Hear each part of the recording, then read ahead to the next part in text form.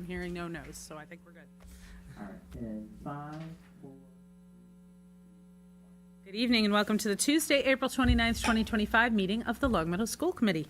Massachusetts general law allows for remote participation at public meetings until June 30th, 2027. All votes while there is remote participation must be made by roll call vote. This meeting is being recorded and aired live on LCTV. We don't have anybody at home today, correct? We do not. All right, we will begin with the Pledge of Allegiance. Oh, I'm sorry. Well, well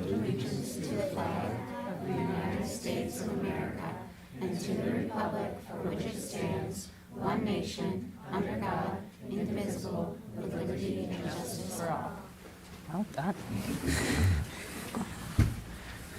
All right, we will begin with correspondence. The following correspondence will be recorded.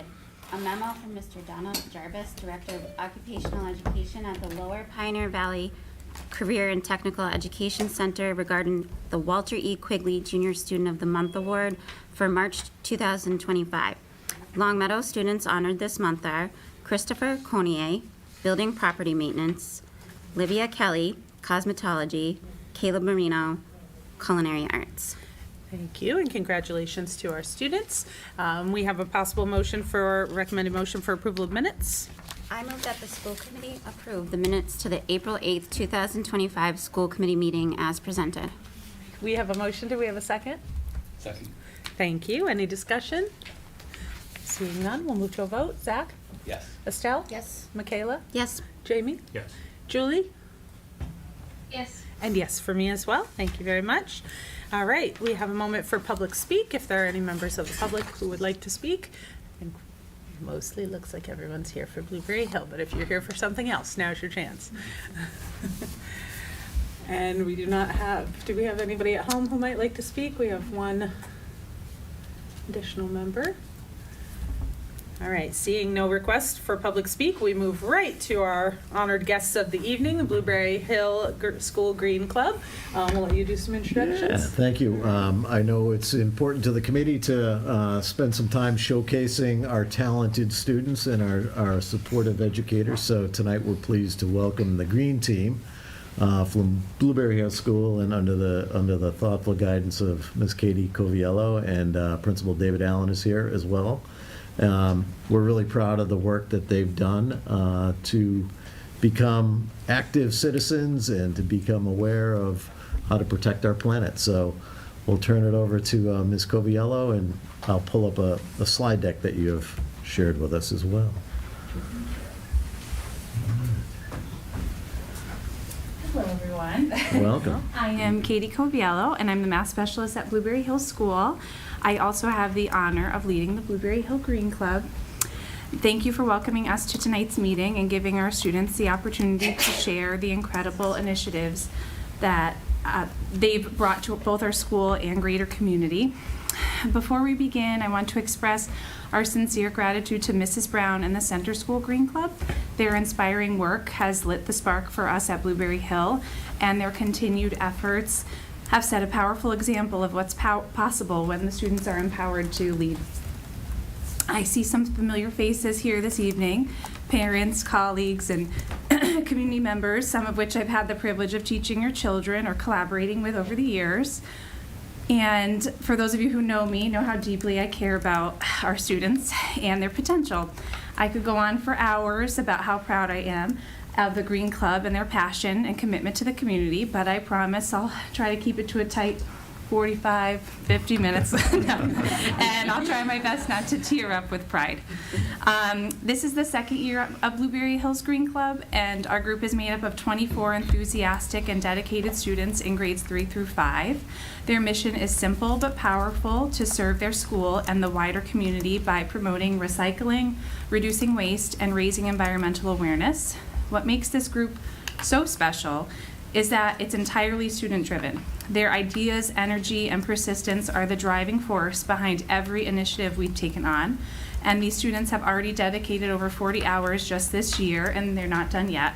Tonight, a few of our Green Club members are here to proudly share all that they've accomplished over the past 2 years, and I can't wait for you to hear directly from them. So I will now turn the mic over to them.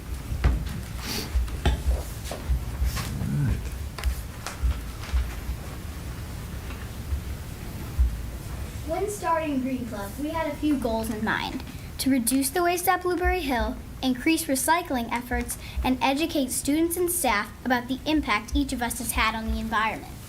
We like to think we have made a positive impact on our school and community as a whole through the initiatives we started. Here are a few ways that we have accomplished our goals the last 2 years. During our first year as Green Club, we did a few school-based cleanup projects. First, Dr. Allen graciously tasked us with relocating forgotten items that had been stored in a closet for years. There were even some items from the 60s and 70s. We cataloged each item on a Google Doc and sent the doc to all district staff. We were able to find new owners for nearly all the items across each school. Last year, we also committed to clean out the flower beds in the courtyard for classrooms to use. Most recently, some Green Club members volunteered to clean up the Molly McAvoy playground. This is a playground located behind the senior center that is dedicated to a former center school student.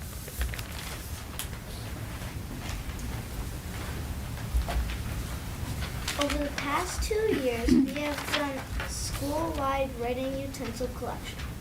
Every month, we collect writing utensils from each classroom and bring them to Staples.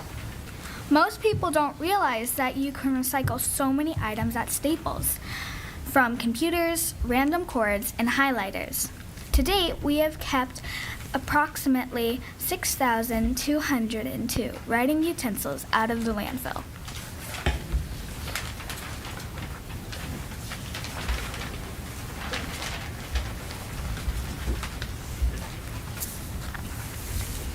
Hello, school committee. We are Katerina, Farron, and Quinn. Thanks to Dr. Allen, Blueberry Hill began composting this year.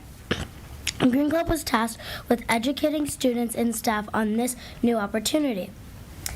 With the food waste we put in the compost bin, a company called Banana Compost picks the leftover food waste and processes it at the facility. Each week, they weigh it and update us on how much food waste has been collected. Thus far, we have collected 2,564 pounds of compost. Mr. Jeff, our school custodian, shared that we went from using 4 bags of garbage during lunch each day down to just 1. We hope to keep composting our leftover food that we eat at BHS Elementary School and hope you consider composting at home. Banana Compost will even pick up residential food waste in Long Meadow.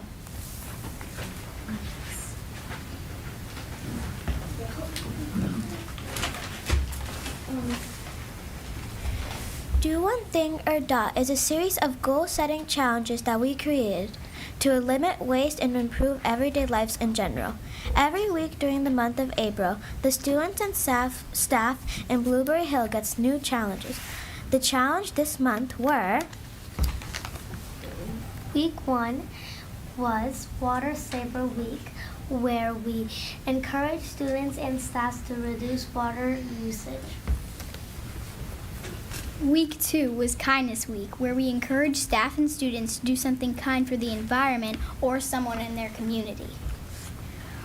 Week 3, Greener Week, is about doing something green for the environment, like planting flowers, trees, or cleaning up trash in your neighborhood. Finally, the last week of DOT Goal Setting Week is about setting one or more environmentally friendly goals for yourself and then fulfilling them. Can I hear it? Okay, yeah. Students at Blueberry Hill made note of their dot on our Do One Thing bulletin board. It is still April, so our challenge continues on.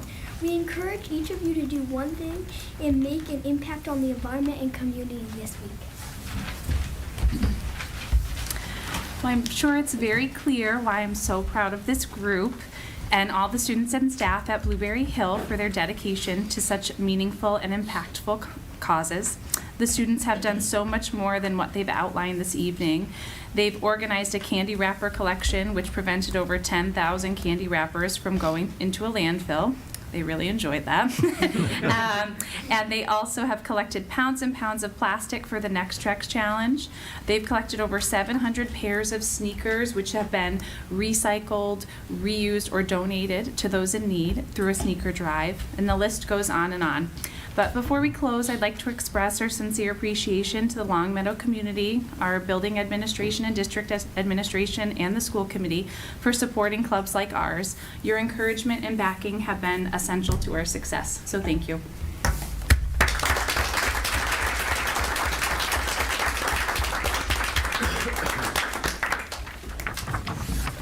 So well done. We loved having you here. You guys have done so many cool things. You've gotten a lot done in a really short amount of time. You should be very, very proud of yourselves. You've made a very tangible, very real difference in our community, and we are really appreciative of that. I'm going to open it up for other folks in the committee who might want to ask a question or tell you something else that they wanted to share. So anyone else who'd like to speak? Michaela. You guys did an awesome job, and I feel so proud that my kids go to Blueberry Hill and that you started this Green Club and you've been working so hard, and they have you to look up to. I know they loved doing some of these things that you've started in school, and I've seen it at home, and they've talked to me about it, and I appreciate you guys all coming and telling us about it. Zach? Really well done, everyone. Having gotten to know a number of you through different activities in town, I've always been impressed with your character and your leadership, and I just really think our Earth is very fortunate to have you growing and leaning into your role as future global citizens. Absolutely. Anyone else? Jamie? You guys did a fantastic job, and I want to learn more first. So up here, I'm not sure who did the writing utensils thing, but it's Staples. I throw my pencils into my garbage can. I didn't realize they did that. So what do? Do you tell me about the process? Do I just bring them over to Staples? I think it was. What was your name? Ava. Ava. Do you want to tell me? I think you were the one. Well, it wasn't exactly me who did that presentation. Okay. I thought it was you. But I kind of know. I was going to call it Avery because I knew her name. You know, I was like, go for it. There's a bin that we kind of made. It was a plastic bin that we taped this. It has the Staples label on it. And what you do is that every week we collect it and we put in, we have the highlighters and pens and pencils and broken crayons that you think you should put in the garbage. You put it in there instead. And that's why we have 6,202 collected, because that's from a lot of classrooms at the school, because people don't really recognize how much they put away. So we're trying to use the bins to make the landfill smaller from the utensils and everything. Got it. So So- we all should be doing that then. Okay. Well done. I got another question for you too. You're doing a good job. All right. So I have a lot of people in town who tell me that we should be doing the composting for all the schools, and there's a lot of people, adults, who haven't been able to get it done. So does it sound like we should be pushing that along and maybe trying to get all of the schools doing similar things that you're doing? I There you go. There you go. Yeah, I would definitely suggest maybe trying to push the other schools, try and do it. Because one week we changed the landfill again, was we changed from plastic utensils to metal utensils. So we wouldn't have to throw away so many plastic utensils in the trash. So I would definitely maybe suggest trying to push the other schools to change it from the plastic to metal, and from doing the Staples bin, which they might already do, but definitely something that we enjoy doing to help the world. Got it. So- I love it. Yes. Do we use Fantastic. metal? Where do we use metal? Or Yeah, we're still using the metal. Yeah. we're using Yeah. metal everywhere now? Yeah. Okay, good, good. Very nice. That's great. And with new middle school building projects going, maybe you guys can offer some advice for those things as we get further along in the project too, for composting and other projects that you've been successful at in your school. Did anyone else have anything? I can't see. Sorry. Oops.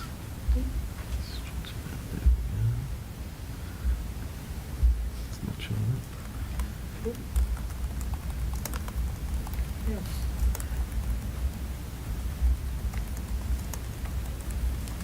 they must Might have have lost got her. bounced out. Hold There we on. go. Okay, there we go. Okay. And I think we're all back. All right, good. Anyone else have anything else? I'll ask one more question. Yes, go for it. I just want to know, has anybody started doing stuff at their own home that's similar to all this, composting and things like that, where you've taken it home and had your parents start doing it? Honestly, we've been definitely focusing on the impact of the school, that Yeah. we would definitely try doing that more, but I don't think it's been that often, honestly, if we're talking the truth. I like the truth. That's always good. My sons usually never give me all the truth, but I like it. Okay. We've definitely been trying really hard to make the school do that, because the school is definitely a huge impact on the earth. Yep. So definitely homes, we think we should think about that more. I don't think very many of us have done that. I'm pretty sure at least some of us have done that, but I don't think much of us have. Would you two like to come on up to the microphone and tell us something else? I see 2 hands up. Come on up. We have been like composting our food, like our food scraps and like fruit peels and stuff like that. We've always really done that. I like it. That's great. So how are you are you actually, do you have a compost pile, or are you just using? Yeah, we live next to a wood, and so my mom made like this little bin out of wood scraps, and so every time our compost is full, she just puts it in there, and it biodegrades into soil that she uses for gardening. I like it. great. I like it. Impressive.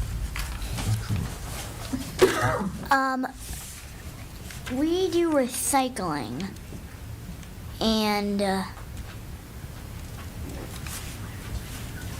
We gotta make a trip to Home Depot. Everybody's very on the spot here. no, we don't. There's always a But good trip to Home recycling is Depot. good too, right? And the Home Depot trip will help. Got it. Got it. All right. Got it. I don't know. All right. Thank you so much for coming out tonight. We learned a lot. I also, like Jamie here, did not know, Mr. Hench, that you could recycle all of your writing implements. So that's a great thing to know. And I appreciate that extra information. Thank you so much.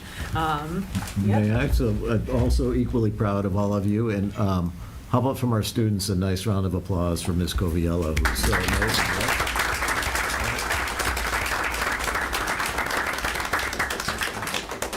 All right, so a big thank you to all of our students and to Ms. Coviello and to, Mr. Yes, for everybody coming out tonight. We really appreciate getting the chance to see you all. Thank you so much. Well done. Thank you, everybody. Thank you. All right. Mr. Allen. Thank you.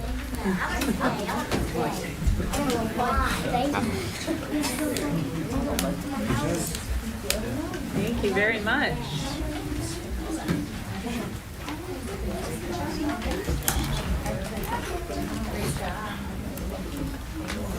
Great job, everyone.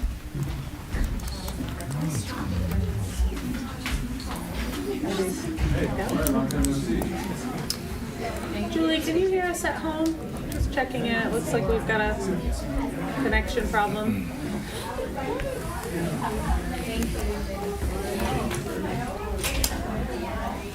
No, I don't know. Not sure why they're doing there. Tom, would you check with LCTV, see if, Did we lose everyone? And we probably said something by now. I know it was. They're and half of them are like safeties too. Oh, yeah. They just are Great. such good kids. We'll pause for a moment while we see if we can sort out some technical difficulties. all has not been behaving.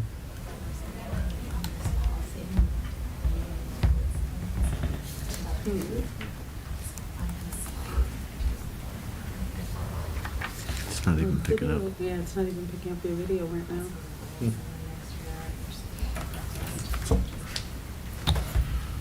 They're good. They can see us. We're gonna Okay. reboot the owl, Okay.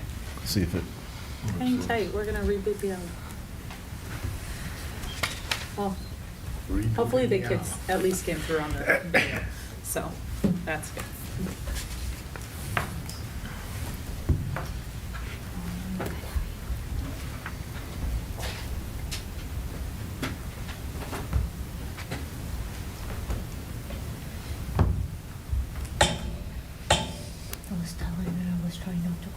Yeah.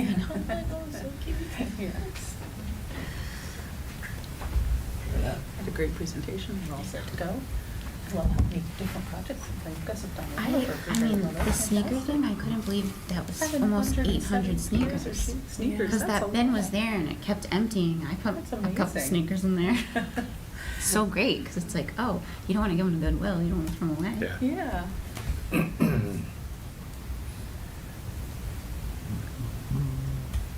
One of our other schools was getting ready to do composting as well, right? Did that? Center is at doing it Center also. is also doing that. Yes. Interesting to see how that's working out at Blueberry Hill and at Center. Oh. And the owl is back.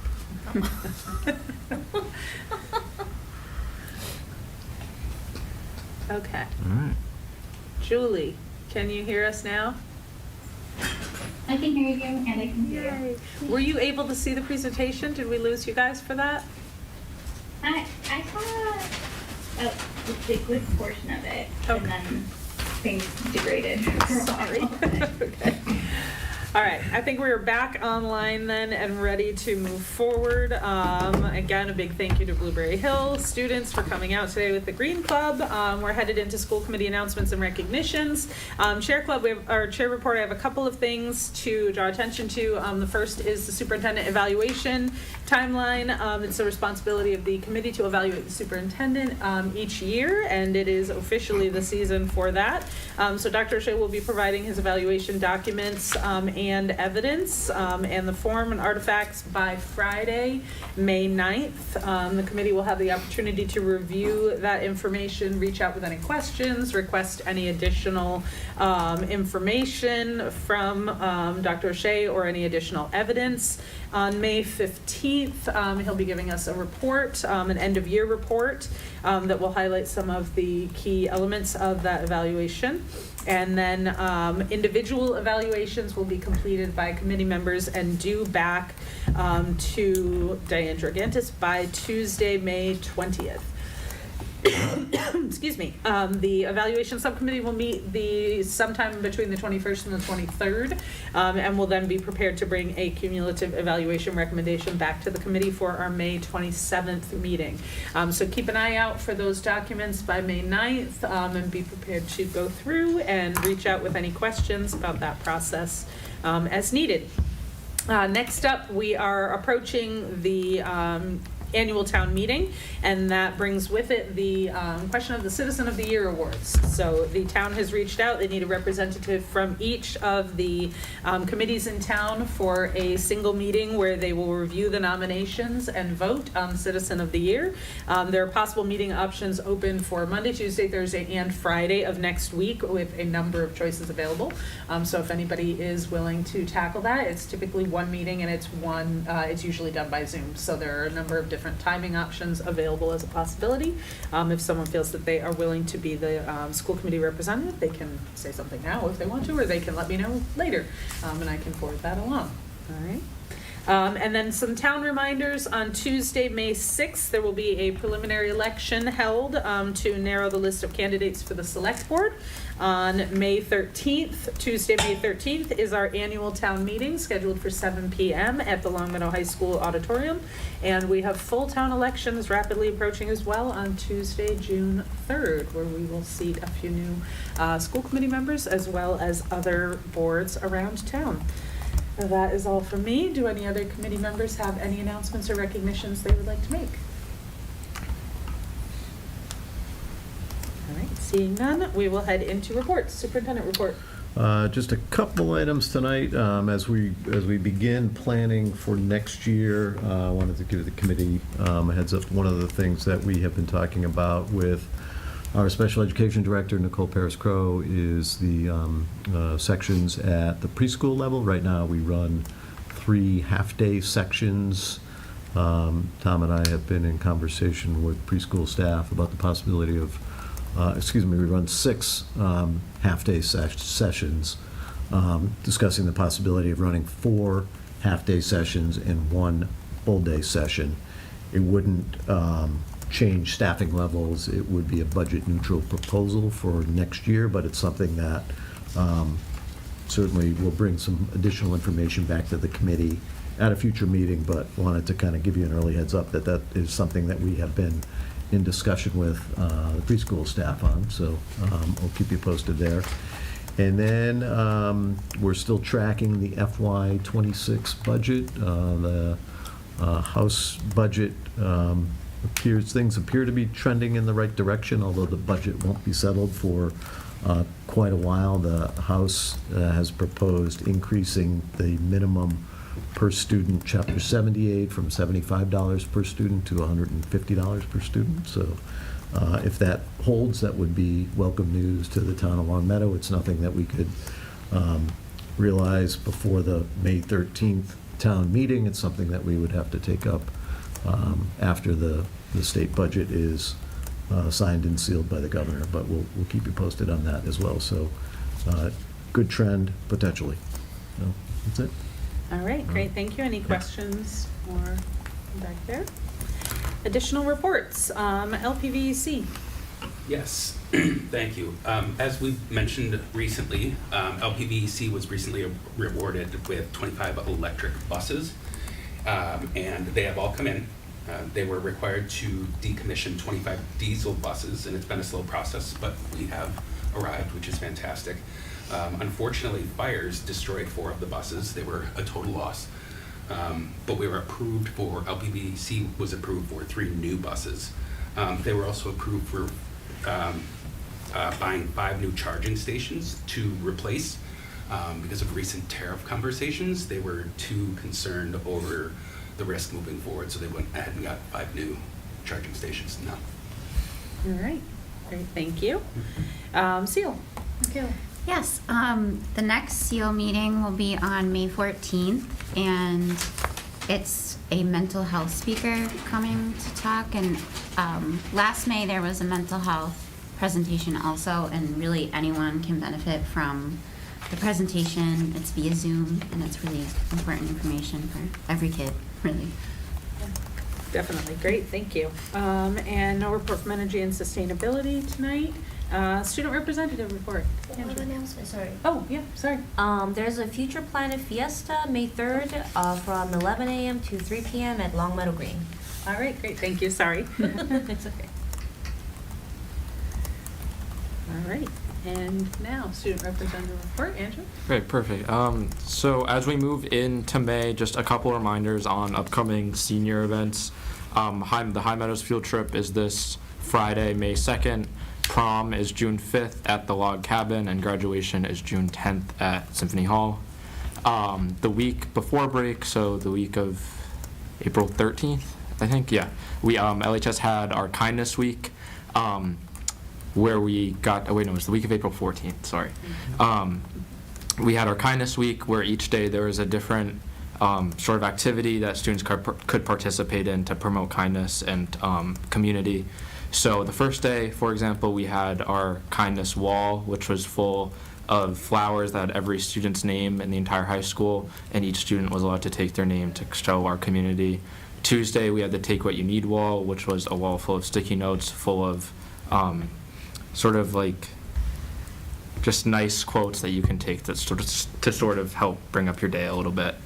And then also as we move into May, we have the Purple Wave across our community to remember Kat Boskovic. So please participate in any way you can, either through a purple light, a purple ribbon around maybe like a column or anything at your house, just anything you can do. And then good luck to all of our athletes as we move into playoff season. All right, great, thank you very much. Moving on to subcommittee reports. Finance sub has no report, correct? Okay. Policy sub. Yes, we have approval of minutes for March 24th, 2025. We have a recommended motion for that. Go for it. Okay. I move that the school committee approve the minutes to the March 24th, 2025 policy subcommittee meeting as presented. We have a motion. Do we have a second? Second. Thank you. Any discussion? Seeing none, we'll move to a vote. Zach? Yes. Estelle? Michaela? Yes. Jamie? Yes. And Julie?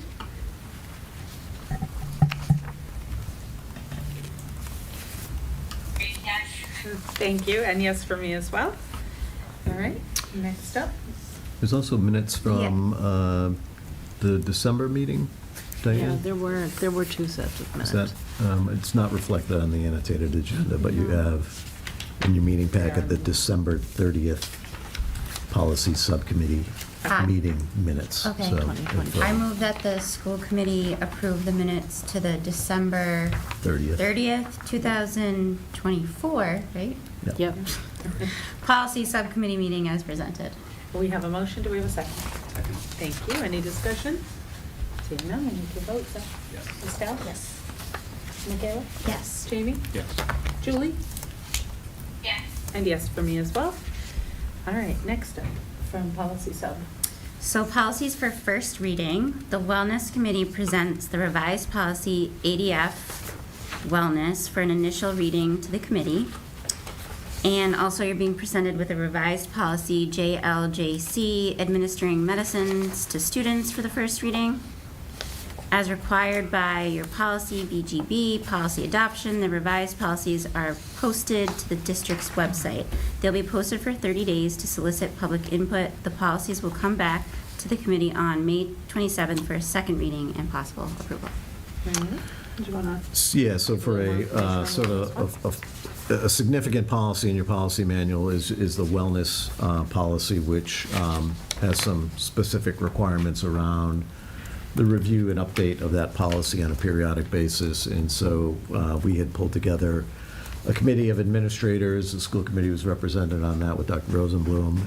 And Nilda Irizarry, our Director of Student and Family Support, guided us and led that process. And so Nilda's here tonight to provide an overview of the revisions to your wellness policy. I'm grateful for Nilda's work, and I think the policy is really a great reflection of our strategic goals, and it brings the wellness policy up to date in some very, very important ways. So Nilda has prepared because it's such a dense policy, and I know the policy subcommittee had an opportunity to kind of go through this with Nilda once before, but wanted to bring it to the full committee because the changes are extensive. So I'll pull up the slide deck and welcome Nilda. Thank you. So the first slide just shares the diverse representation that we had on the committee. We had a lively group that was representative of PE teachers, students, parents, school committee member, and our food services staff, and our nursing staff. So a little bit of our entire community was there, and we still thought that we should revise the policy to include more stakeholders for the next time we approach the wellness policy. And give me 1 second, Nilda, and I'll pull that up for you, okay? Let's see. There we go.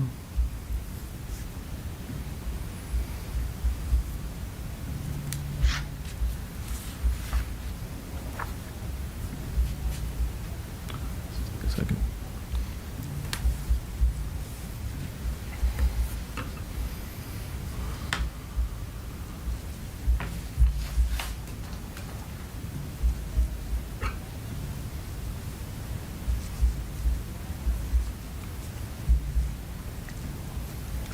I think what we need is a second computer for this. Computer's not our friend tonight.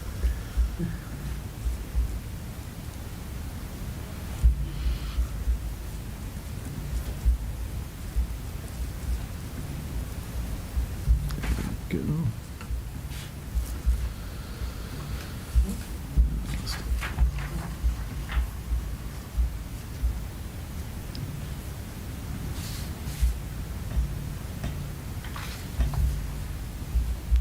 All right, there we go. That's the extensive list of participants in the Wellness Revision Policy Committee. So thank you for your patience on that.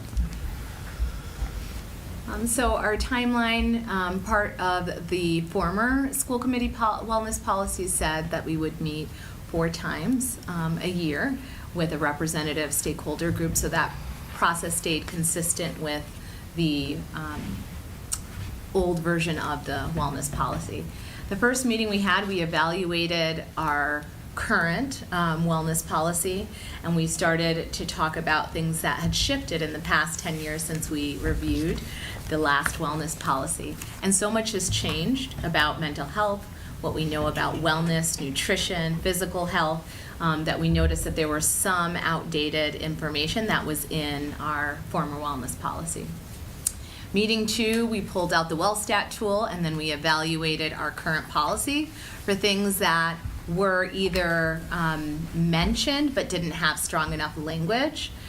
So if it said we highly encourage hydration, we switched the language to make it more active, that PE teachers will actively promote hydration during physical education activities.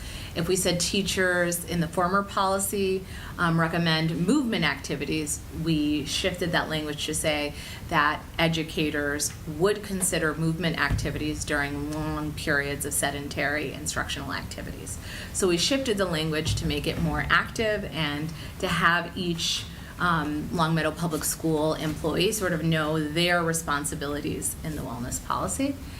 Our third meeting, we started to make those recommendations, and every person came and made recommendations, and we also had a presentation from our food services staff, and they shared some of the nutritional things that they were doing in our cafeteria. They shared an update about breakfast being at all schools for next year, and Andrew, I was so happy, was present for that meeting and gave the student take on our school lunches and the food, so I'm sure he'll share more when we get to that slide.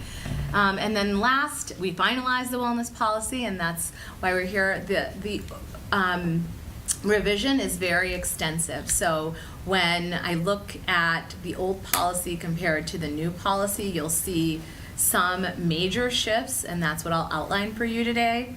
So it really reads almost as if two separate documents because the philosophical shift is noticeable. So I don't have to convince this school committee why wellness matters. I think everything that the school committee does is to promote the whole child, but I'll just quickly highlight this. The wellness policy articulates supports for the whole child, academically, mentally, emotionally, physically. It outlines that schools should be a healthy learning environment. We don't want to enter schools where we're advertising caffeinated products, where we're advertising soda, where teachers are passing out sugary snacks throughout the school day. So the wellness policy really puts some restrictions on what teachers pass out to kids, on what's advertised within the school, and ensures that we're promoting healthy behaviors for all students. And that's why this wellness policy is important.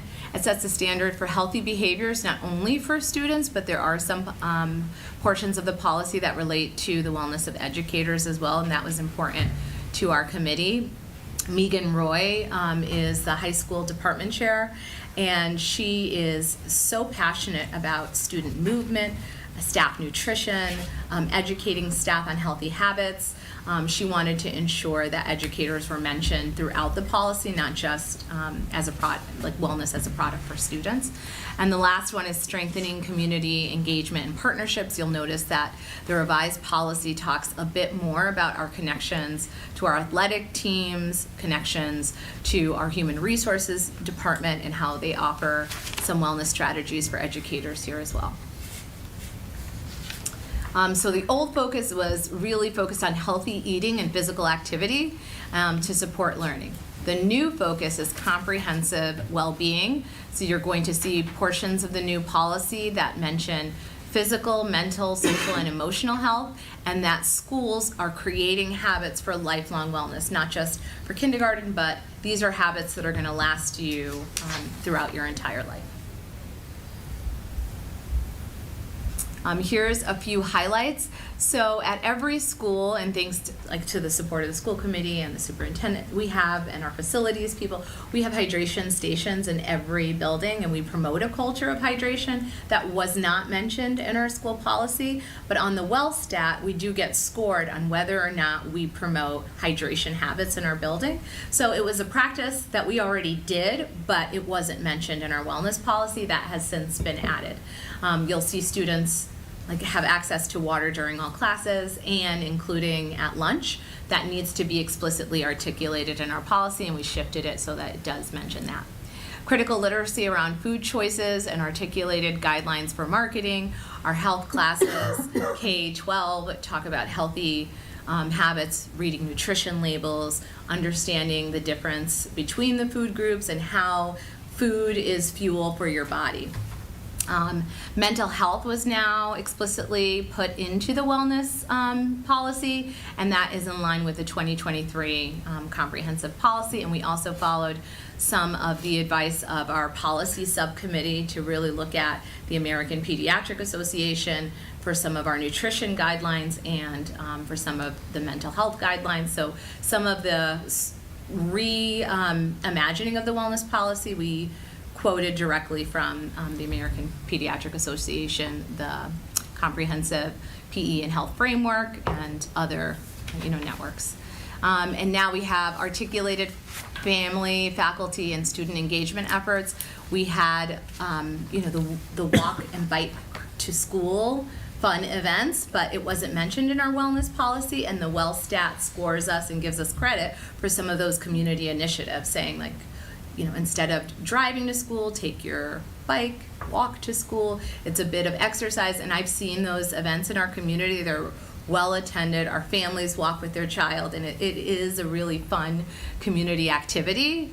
So I thought, that's something else we need to mention in our policy. So part of the policy shift was articulating things that we already did but wasn't in the wellness policy, and then re-envisioning what else could we do to make this policy come to life. These are the key policy enhancements. I won't read through all of it, but I'll just highlight a few things. So our wellness committee will now have our substance use prevention coordinator. That's Ananda Lennox, and she would like to be a part of our wellness committee and make recommendations that are aligned with the close community objectives. And we had a parent, Candace Healy, say that she thought coaches should be a part of the wellness committee because we have a lot of teachers who are also coaches, and coaches do a lot of education around physical activity, nutrition, and thought that lens onto the wellness policy in the future might be something that we would need on the committee. So I thought that was a great recommendation. The formal wellness policy talked about a triennial review, but our committee really enjoyed meeting with each other and talking about wellness, so they thought that maybe we would meet annually but then revise triennially so that we wouldn't lose the spirit of monitoring the wellness policy in action and making some revisions in a timely way. The old wellness policy had the food pyramid and basic nutrition. It was outdated information that no longer is part of the guidelines.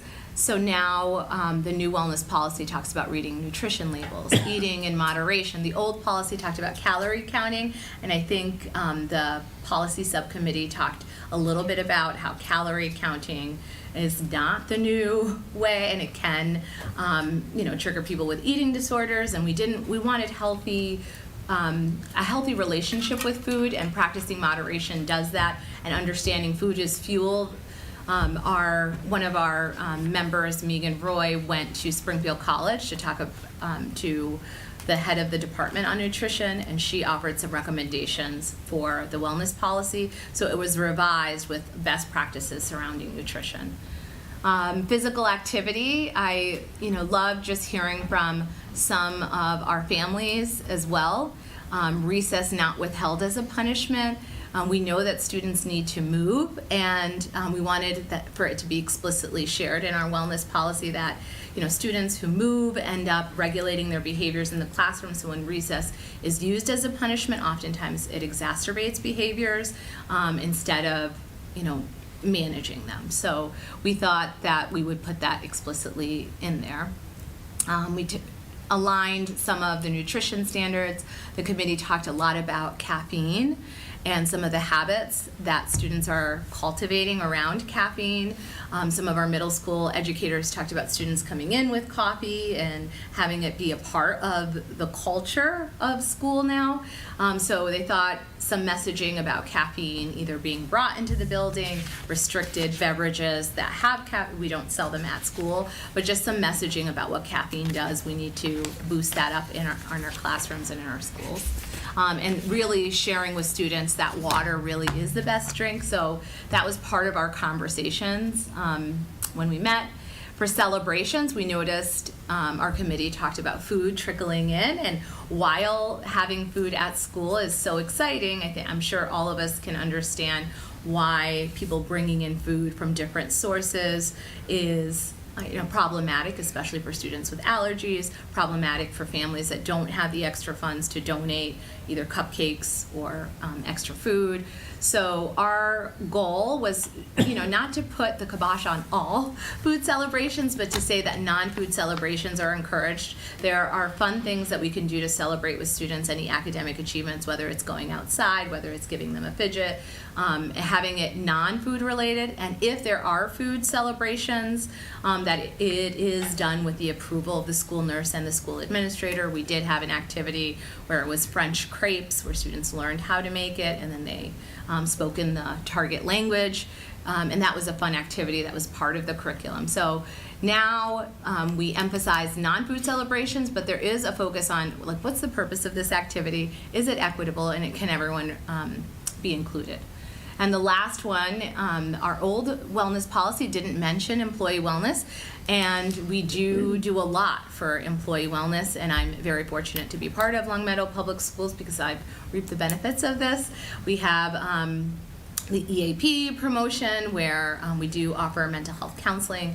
2 sessions are free to our employees. We have monthly health newsletters that are hyperlinked with additional resources that are sent to all faculty via email. And then we, Beth Nelson in her PGC courses, and for our summer curriculum proposals, and for the August PD, we're constantly looking for SEL offerings or wellness-related offerings. We do oftentimes have yoga for educators or other activities to ensure that we're talking to staff about their own well-being. Thank you so much. Great overview of a very active, purposeful committee. No action needed by the committee tonight. This is simply the first reading, and we would put it out with the committee's consent. We'd put it out for public feedback. We post it to the website for 30 days, is it? Yep. 30 days, and then bring it back to the committee at a future meeting. So, but happy to, if you have any questions or feedback for us at this stage. More, but- Oh, was there more? I'm sorry. Yes, I thought there was sorry. I only. thought there was one more. My apologies. Oh, this one. There we go. Sorry, I just thought this yeah. would be important. Yeah.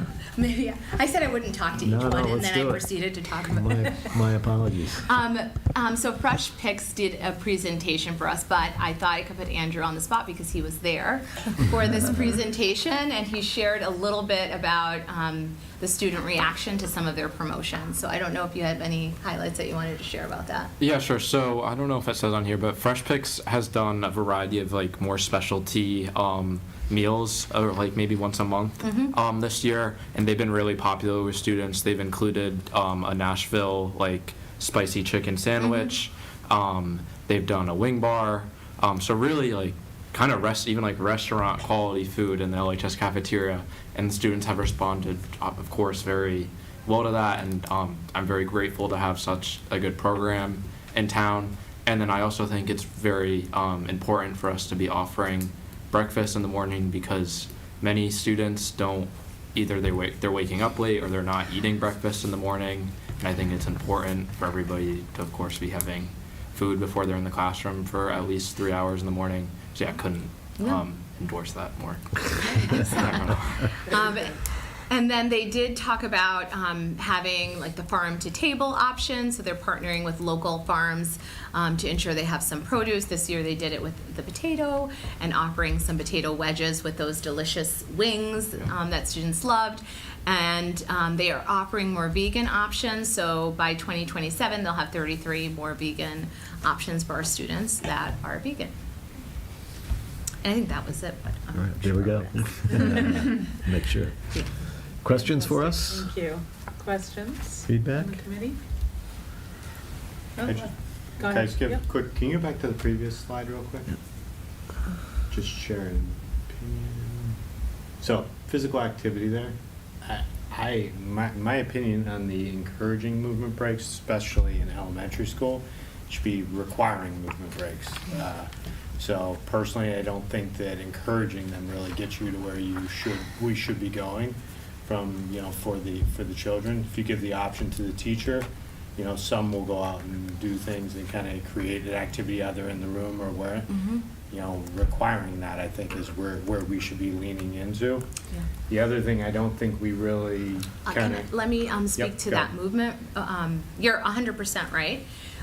So this is just an overview, but in the policy itself, it does talk about extra recess. So every elementary school has 2 extra movement breaks that are scheduled within the school day, and teachers will be, they take them out during that time and they get that extra, they call it an extra recess, but it's extra movement. So each school has that, and then they limit the lunchtime to about 20 minutes to allow students to go outside for the subsequent part of lunch, which is their real recess.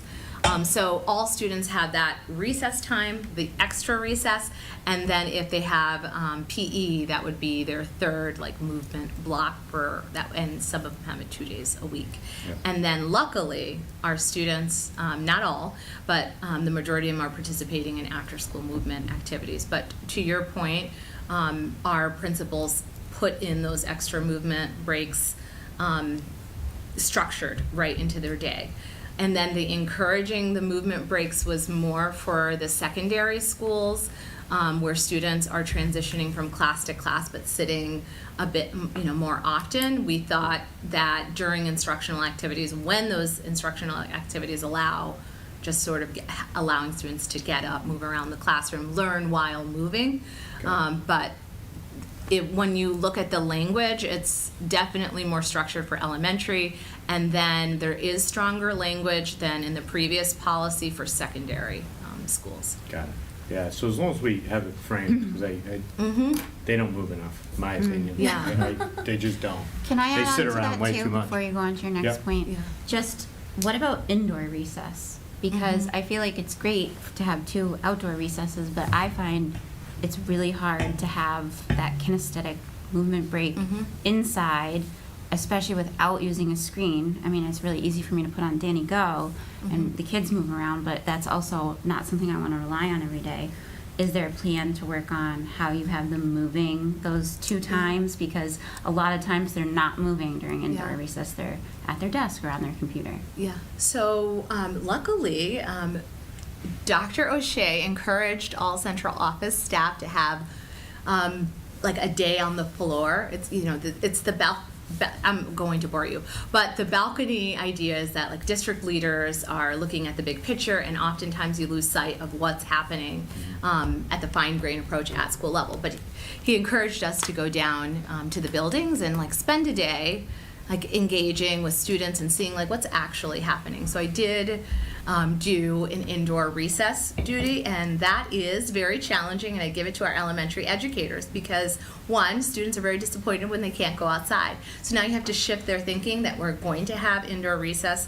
The one that I saw, and I can't speak to practices uniform, but that's something I could ask more about, the teacher had arranged stations so that students cycled through the different stations and you couldn't spend too much time at any one given station. So one had fidgets and movement and stretching. The next station had arts and crafts. One station was if you wanted to extend on your writing assignment or write a poem or color or draw. But there was movement there. But it was, to your point, sort of restricted in the classroom, and the cycling through the stations allowed one group to do their stretching and a bit of movement. So I do think that there are always ways to make indoor recess a little more dynamic, because it's hard for students, especially when they're so excited. They don't care if it's raining. They don't care if there's a snowstorm outside or an ice storm. They're ready to just head out there. So, but I have seen the teachers. Yeah, I have seen our teachers just for that experience that I had. Teachers really trying to be creative with how indoor recess can be versatile and fun for kids. And is it always a teacher who's monitoring recess? Because sometimes it's not. So are those people, those other staff members who are they putting in that much time? Are they being aware of the wellness I've policy and the importance seen of movement? from what I've seen our paraprofessionals do it, our kindergarten assistants. I've seen our lunch monitors, and I've seen they pretty much do follow like the same. They know the kids really deeply. They know what the students prefer. But again, that could always be improved, like indoor recess and making it more exciting for kids. And you're talking about inclement weather days when it's raining outside, is that, or? Yeah, or- when you can't go Gotcha. outside Yeah. because it's too cold. Or, Yeah. like, we had a period of time, Yeah, and I mean, this I winter started was- to have to, like, go back to the drawing board, like, okay, Yeah. let's, because it was, Yeah. like, so many cold Yeah. days. Yeah. And, I mean, I go from preschool, and I was trying to come up with ideas on Yeah. how to move them and keep them stimulated and not, getting out of control. And then I was coming home, and my kids were, like, they all... I think you raise a good point with the sort of unpredictable weather we're dealing with these days. Yeah. How can we support our teachers to provide meaningful indoor recess experiences? And I'm Especially sure if you have a long they're- stretch. So it's Yeah. one thing if you have like one Yeah. day, great. Yeah. But if it's a long stretch of like a cold snap, and like even giving teachers like Yeah. a toolbox of Yeah. activities that they don't have to Yeah. come up with something. It's there for them, and it's engages all the kids. We'll bring that back for sure. Yeah. Thank And you. our playgrounds are so amazing that I don't. I wish There's I had a playground we. like that. I love to play there. There's I don't There's like think you could glass. craft an indoor recess that's ever going to compete with No. our dynamic playgrounds. Can I just do two more comments Yeah, of on course. this? Yeah. Just from, we talk about nutrition education, but we're leaving out a really big thing about nutrition on there. Is it somewhere else in here? So it's not actually what you're eating, but it's what you're using, what you're consuming from toothpaste, deodorants, hairsprays, and teaching these kids about that stuff, because that's probably more harmful than the food they're eating in many cases. Is that a part of that education? Because I consider that nutrition. If you're brushing your teeth with something, you're consuming it. Do they understand what they're consuming? Either that or from deodorant. And a lot of the research right now, a lot of those that we're using is causing a lot of the downstream problems. I mean, it's been proven at this point. Is that a part of nutrition education, or where is it in your wellness? It's certainly something that they talk about in health, and I would say it starts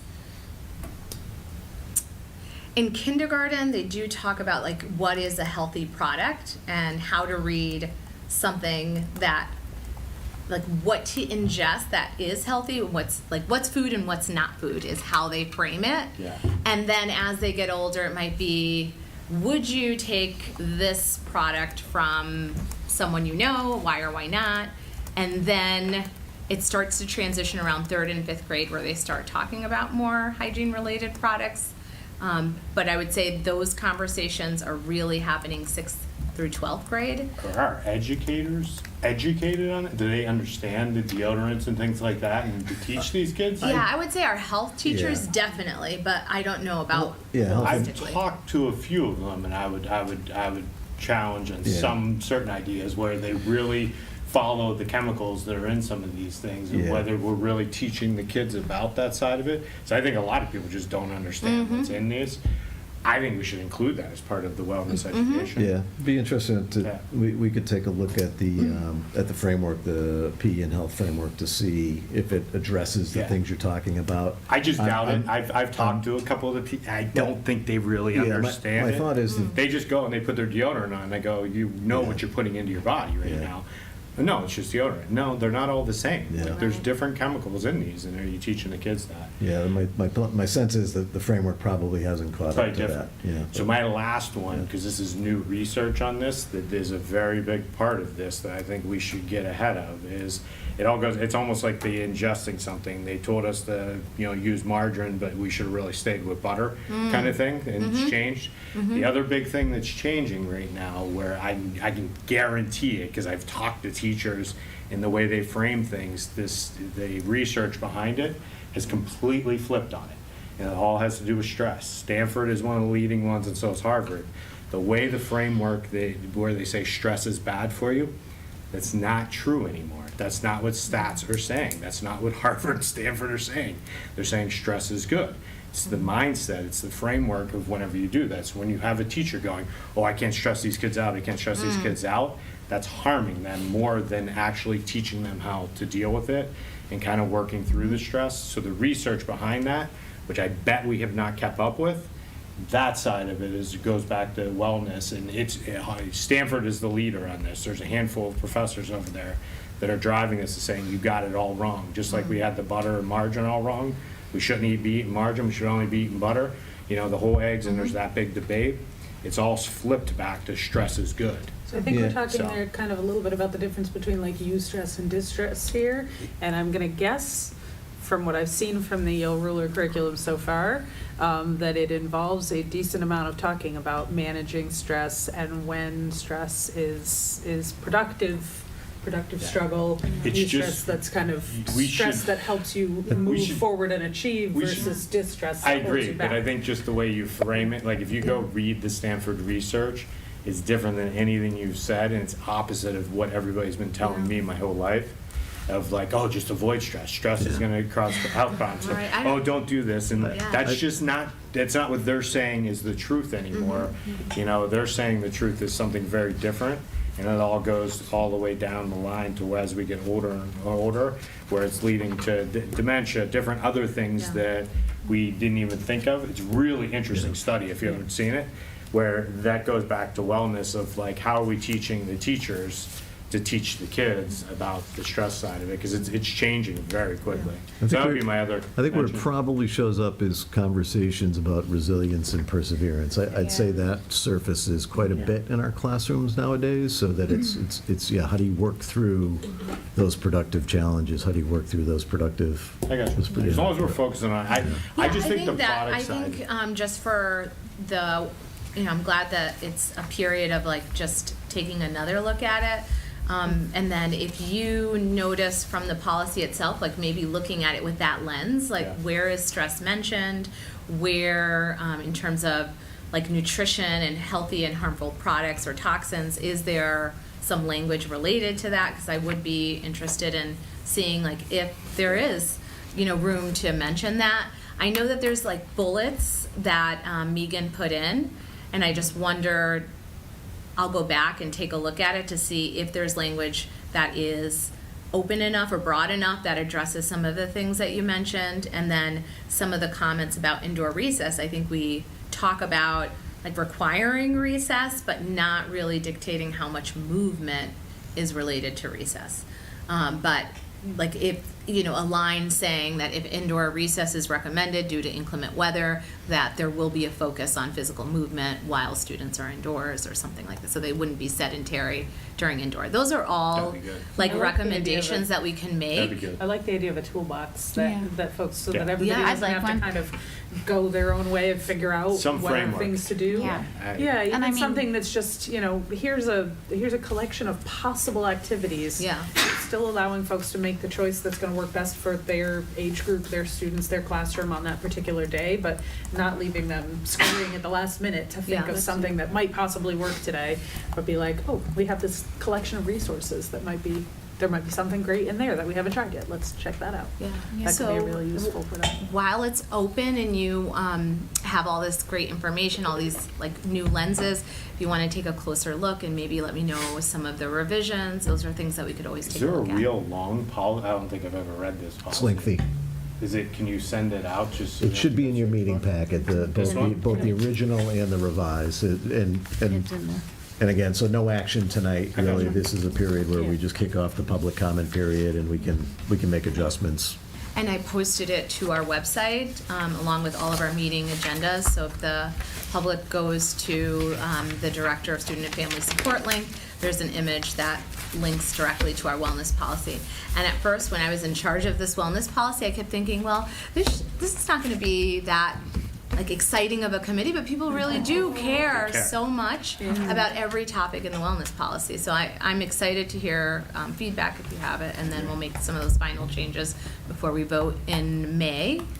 Is the final May one? 27th, I think, is our final vote. It's helpful too, Jabe, if you look, policy page 2 links to the 2023 health and physical education frameworks, which might provide a little bit more information for community members who might be interested in finding out what do we talk about, say, for sixth graders related to stress or related to personal hygiene, et cetera, at varying ages, because that'll have good information about what those frameworks are at the state level and what might be happening discussion-wise in classes based on that. I just wanted to add,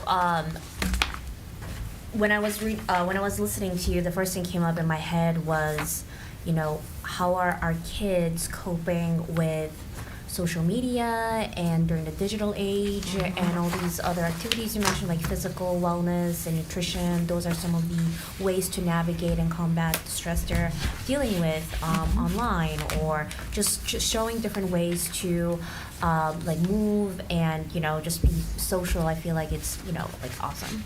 So yeah. Thank you. And that digital piece, that's like another lens that I wonder, you know. Yeah. And American Pediatric Association has recommendations on that too. Like so how much we making screen sure, time, like on the or, course all of those the day. things. Right. Yep. It's just Great, thank you. Just, you know, I watch like kittens to, you know, make myself like happy or whatever, you know, just they're so cute and like friendly, but that's not the appropriate way to sometimes, you know, combat stress. Like it's not always online is not always the solution. That's what I'm trying to say. So just introducing the different activities, I think is really awesome. Yeah, and that goes back to Jamie's point about like not eliminating stress, because there's no way to eliminate it, Yeah, but just how do be we more teach students to resilient, cope you know? and Yep. and to manage it. Great. Also, one more thing. I know something you're already doing at the schools is making sure that they're learning how to play sports. And like we talked about this earlier, I think, when we were talking about physical education. I can't remember if it was in a curriculum meeting or here at the broader school committee, and I know Maeve came home being like, we're working on basketball, and she was so excited because she really likes to be focused on a sport rather than like a made-up game during her movement. And back to what Jamie's saying, another huge study and research is that 98% of females that are in corporate leadership or political leadership played sports. And I think it's so important to teach them that kind of movement, because that is how you learn that's how you learn how to cope with stress and be And you resilient. learn how to fail, because guess what? Yeah, You win you're and going to do lose it in sports. sometimes. And you're not going to win every game. You're not always And going to it's be the okay. best. Very true. Yeah, for our elementary schools, just to that point, we did have some support to purchase some resources from Sparked, which is like more competitive and cooperative games, and it just helps teachers have a toolbox of many different types of games to choose from, and they've started piloting a few lessons this year to blend those in K-5.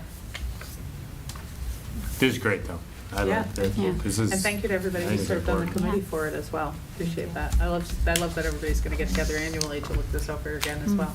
Yes. Andrew? Just to maybe provide a clarification, I don't know, I'm sure many of you are aware of this, but when we talked about the secondary, encouraging movement in the secondary classrooms, I just sort of maybe want to provide some examples, because I think that may be kind of confusing in terms of how we would do that. For example, in many math department classrooms at the high school, the teacher will have students get up and do a problem out on the whiteboard, just a good way to get students to get out of their seats. I know in the English department, oftentimes in my class, we'll go and write like our thesis statements up on the board for an essay we're working on. So there's really easy ways to integrate this into the classroom. And I don't know, I just wanted to sort of make sure everyone could sort of visualize how this could work at the secondary level. Thank you. Can And I that's ask you something, exactly Andrew? what Do you we're guys talking go about. outside at all, ever, or no? You can sit outside at lunch, or during ice if the weather's good, but that's about it. Does gym class go outside ever? I know some Gym of class, the- yeah, usually during the warmer months, but that's usually only 1 to 2 days a week, so. Yeah. Other questions or thoughts? Thank you so much for Thank joining us you. tonight. Great feedback. Appreciate all the work. Thank you. And then Look we'll make forward those to revisions talking and about we'll this be again on the 27th. Okay, thank you. Encourage community Let me know if members you need to any check out ideas the for indoor policies. recess. I've had to get really creative. So encouraging community members to check out the wellness policy that is posted online and on our website through May 27th for 30 days and open for public comment. I see no other subcommittee meetings, or reports rather, and that brings us to new business. Just a quick note on policy JLCD. This is the administering medications to students. So that was also, I'm sorry to interrupt. No. That was also considered by policy sub The portion of that policy under consideration, in which, with the committee's consent, we would put out for public comment, is relates to the potential distribution of naloxone. So periodically, in conjunction with our substance use prevention and education program, we have periodically provided naloxone doses, Narcan doses, to high school students. It's done under the leadership of the school administration with our substance abuse response coordinator, Shelley Warren. The committee wanted to ensure that if this is done in conjunction with our educational program, that we were making proper notification to families. And so that's the intent of the language that's proposed for policy JLCD, so that we would provide proper notification to the school committee and to parents, and that parents would have an opportunity to decline participation for their child if they so chose. So again, no action required, out for public comment for the next 30 days. But of course, if you have any feedback tonight or questions tonight, happy to answer those. Any questions related to that? Seeing none? Thank you. All right. All right. We shall return to this. That will also be posted publicly online. All right, so that brings us to the middle school building project update.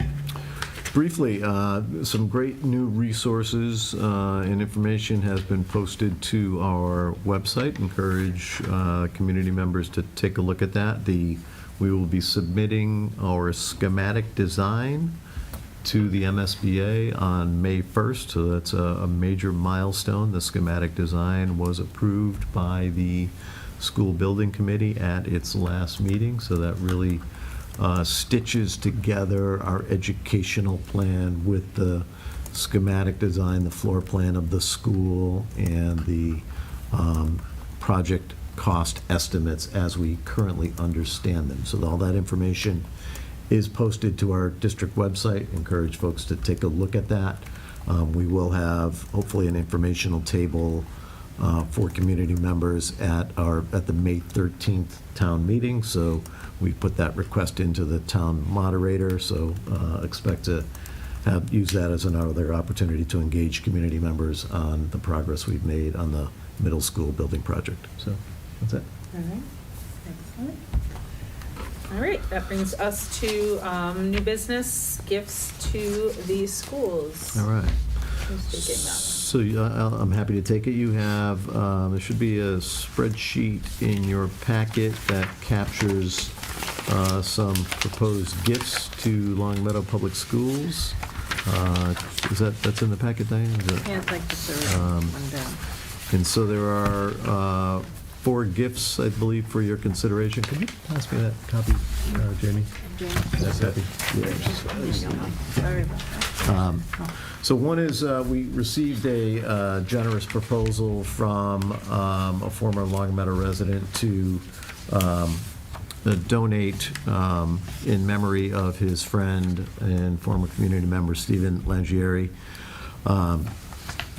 The donor, Bradford Cohen, was looking for a way to honor his friend and to honor Stephen's contributions to youth sports in Long Meadow. And so after some productive conversation between me and the donor, Mr. Cohen, we had settled on the idea. He generously has offered to fund the purchase of ticket booths.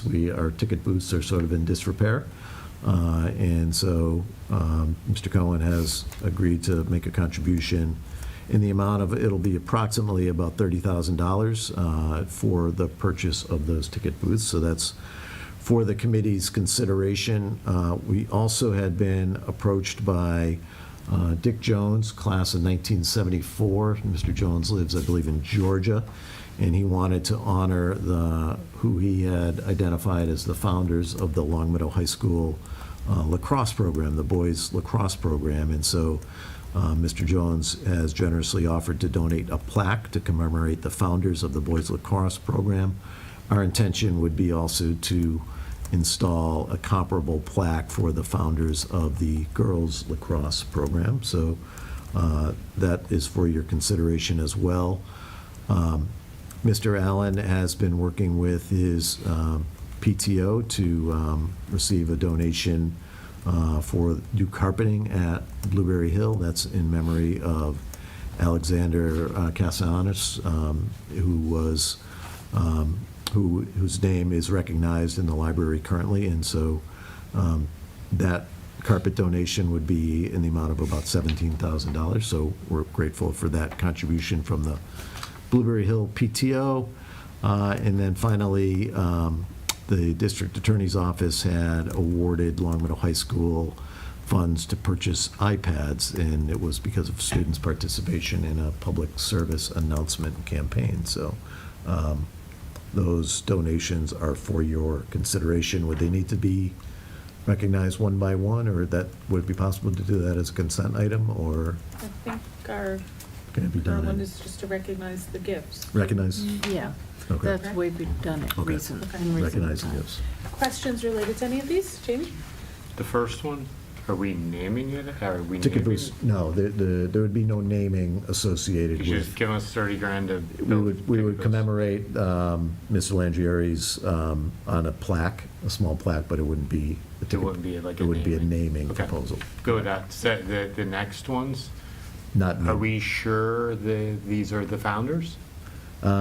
We are sure they're the founders. Both It's girls and the- boys? Like, well, we're not gonna still have working random on- we're people still- show up? We're still working on the girls program, but we have identified the three individuals on the founders plaque for the boys program is the principal at the time, the athletic director at the time, and the coach at the time. So Okay, so Yeah. that we know, but we Yeah. don't know the girls we're yet. working on the girls, yeah. But that'll be something that we'll just have to pursue on Just, we're our like gonna own. double check that, just so we don't, I can Correct. just see people Yeah. showing up, I'm the founder. And maybe make sure And- it's equitable timing, Yeah. that like when you do the plaque Correct, for yeah. the boys lacrosse, the girls lacrosse happens at the same time. This is probably likely install is sometime, in the summer or even next spring, so. Is this Actually, I just- think they were thinking about next spring, because it's in connection with a lacrosse event, which I can't remember what it was, but so we'll have plenty of time to do it Okay. in conjunction with the girls' plaque. Yeah. Do we do this with all of our sports? No, we don't. But it's. just random, I don't know. We would be. As a gift, so. As a gift, I mean, we would be open to, we have plaques in various places in display cabinets Sure. and Okay. in various places on our campuses across the district, so. Okay. Yeah. But we don't do it across all sports. It's just like, yeah. If the donations surface, we're happy to support. Yeah. Other questions related to this? And/or possible motions? I move that this, oh, do you have another question? I do have one other question. Go ahead. The carpeting Yep. in Blueberry, going Yep. back to our wellness. Yeah. Mr. Mazick, can you help me out with that? You're talking about the type of carpeting that we're Yeah. installing? Is it the wellness of this stuff versus other stuff for the breathing of the students? Going back to your wellness, what type of carpeting are we putting in? Yeah, I mean, I think it's always a debate of the noise versus the product you're putting down on the floor and the carpet specifically. We try to stay away from carpeting as much as possible. It's, I'd say, the one area of the building where we usually compromise and install carpeting to address the quietness of the space. Are they putting healthy carpeting? I'm not sure of the material. I'd have to get back to you on that. I mean, just going to wellness, the Yeah. one- just it's tying it into what we were Yeah. just talking about. I mean, Yeah. generally speaking, it's not good for kids to kick up this kind of stuff. Yeah. From a health perspective. Probably one of the worst things you can put in your house. Yeah, I think we, in my time in the district, I think we could fill a room with the amount of carpeting that we've removed from elementary Yeah, I mean, classrooms. so- We're definitely moving towards Would they hard be willing to do surfaces. something other, or like do like good? Because you can do Yeah. corn-based that's non, Yeah. synthetic stuff. Yeah, I'm not sure how far along they are in don't know. identifying the. Yeah. and- 17 grand Okay. seems pretty. How big of an area is this? It's a pretty large area. That's I mean, pretty cheap. Yeah, curious about the, I'm curious The about it. material. I'm just thinking from a house. Like if my Yeah. kid was there and they were putting that carpeting in, I want to know how long they're. Like it's one thing it's outside and you're Yeah. off-gassing something. You're doing it in a thing. It's not exactly the healthiest thing to Yeah. do. And in the library, Just- they're usually sitting on the carpet. Yeah, I mean, I would just. So Principal Allen's been working with the donor related to this, and might be able to answer questions about what the specifics of the carpet are Yeah. and/or. You can get more information. Yeah, it might not be a bad one just to know what we're putting in there.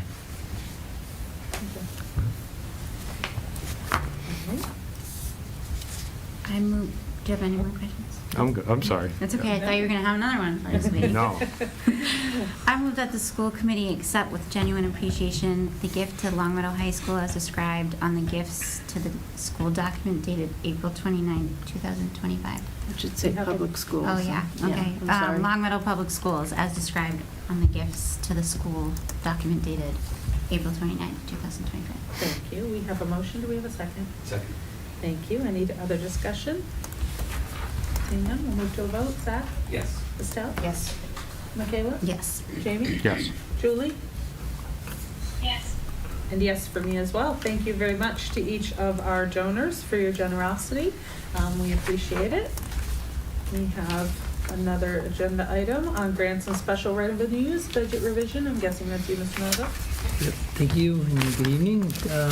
In your packet is a request for revision number 3 to a few of our grants that are part of our FY25 budget. So 3 grants, Title I, Metco, and our drug-free community grant. We are requesting a reallocation of the grant award to reflect our spending priorities, no increase or decrease in the actual total grant amount. And then the 4th grant, which is a Cooler Communities grant at Center School in the amount of $2,000, is a new grant. Through your vote, you'd be accepting the grant, which would support their efforts for food waste composting and their participation in the future Planet Fiesta program, May 3rd.